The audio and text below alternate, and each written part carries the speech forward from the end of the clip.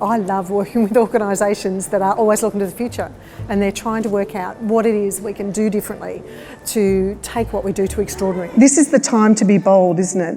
What would you do personally in your school if you were bolder, and what would you need to have in place to be able to take that step? If we want to create this really thriving professional learning community where people are committed and collaborating about where we want to go, we have got to up the ability for people to challenge our thinking. Sometimes it's around how do we lead differently, sometimes it's around how do we connect differently, but it's how do we have the conversations that are going to make us move from whatever status quo we want to get out of into something really amazing. How do we be okay with people challenging ideas?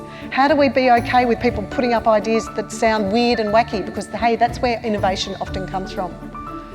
How do we create the space for everyone to have a voice? That the evidence shows very clearly that when we work together, we will help students develop lives of success. Tracey is a master of adult learning design.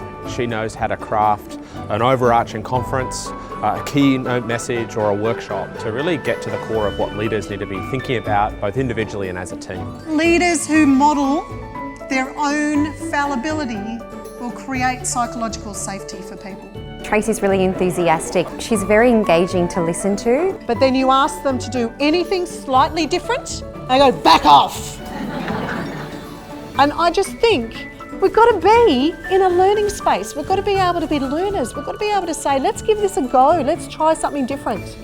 And the thing that models that most is how much of a learner am I as a leader? It's like you're going on a journey. It's like reading a really good book or watching a fantastic movie and coming to that conclusion at the end, and you really have a destination that you know you're heading towards. The thing we're missing from a strategic intelligence is a bit of vision, is a bit of, that's what we're doing, that's how we're doing it. How amazing is that? That's what we're heading for, so that people can see the journey's here, we might be here, but gee, we're on our way.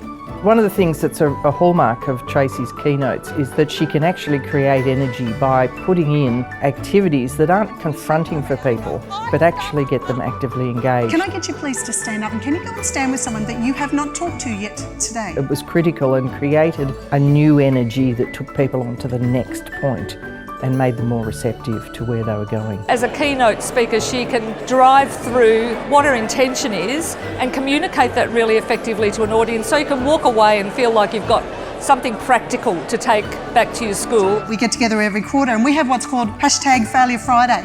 And so on a Friday, people post their stuff-ups and then they talk about what it is they actually learned. Tracey's books, The Buzz and the Glue, absolutely wholeheartedly recommend. Fantastic resource. If you'd really like to help your leaders and your teams lift above convention to something extraordinary, to connect deeply and to collaborate on the work that really matters, I'd love to talk with you.